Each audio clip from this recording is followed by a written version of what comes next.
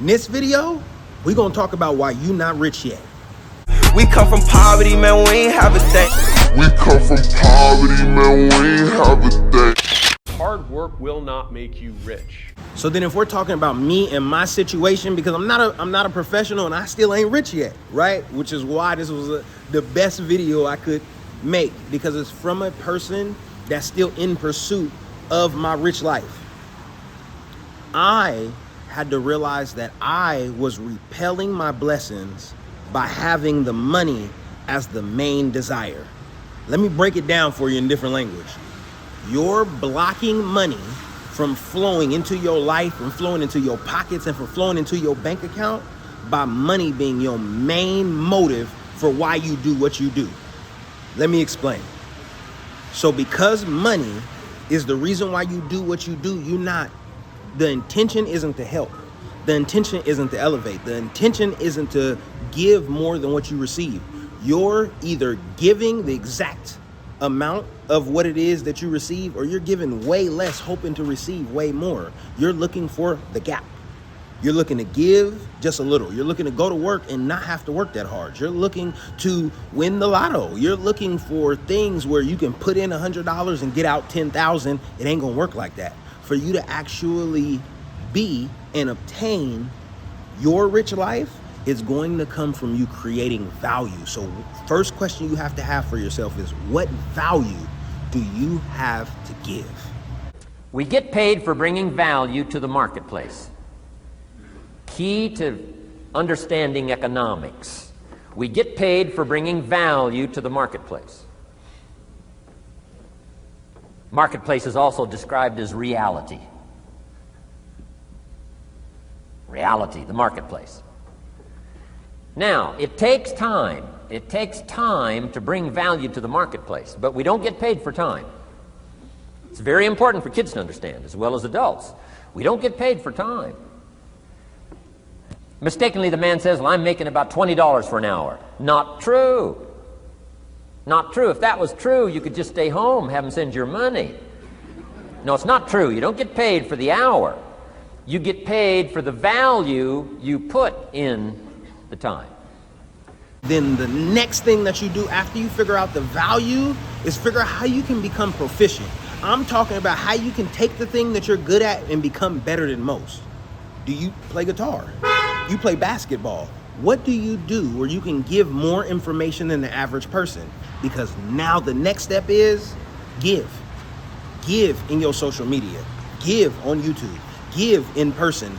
Give at your job. Continue to give until you build a reputation for a person that brings value, because those that give and bring value get to receive the bigger blessings. They get to create the platform and receive love, endorsements, sponsorships, and sales through customers in reaction and in response to the value that they've given to the world.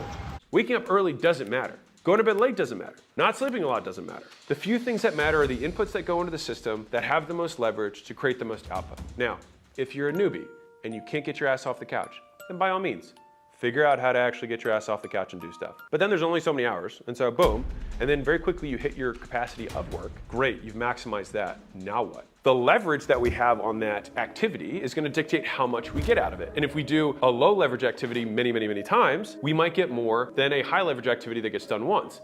So what I will say in conclusion is that what you also have to have is the desire to take and notch up and elevate whatever it is that you got going. What is the difference between the psychology of rich people, poor people, middle class people? And I'm going to end with this. So the poor people have the psychology that makes them think the primary purpose of money is to pay bills and buy stuff, right? That's the primary purpose of money, pay bills and buy stuff. So they'll go out and they'll find a job that gives them enough money to pay their bills and to buy stuff. Are y'all tracking? So what happens, if this is what you think the purpose of money is, you will always be poor. You're not poor because of the job you have. You got the job you had because your psychology was the psychology of poverty. Okay? So middle class people think the purpose of money is to create and maintain, I hope I spelled that right, good credit.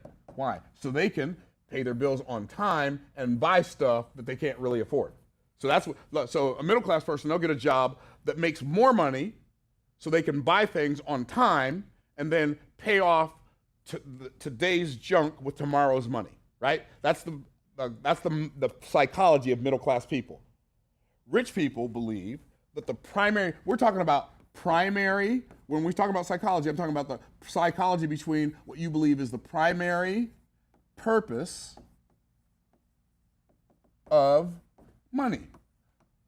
So I want you to think about, just for a minute now, while you're watching this video, think about how you think about money. When you think about money, do you think about all the stuff that you got to pay for and there's never enough money? That's because you only decided to figure out how to make enough money to pay for the stuff you buy, right?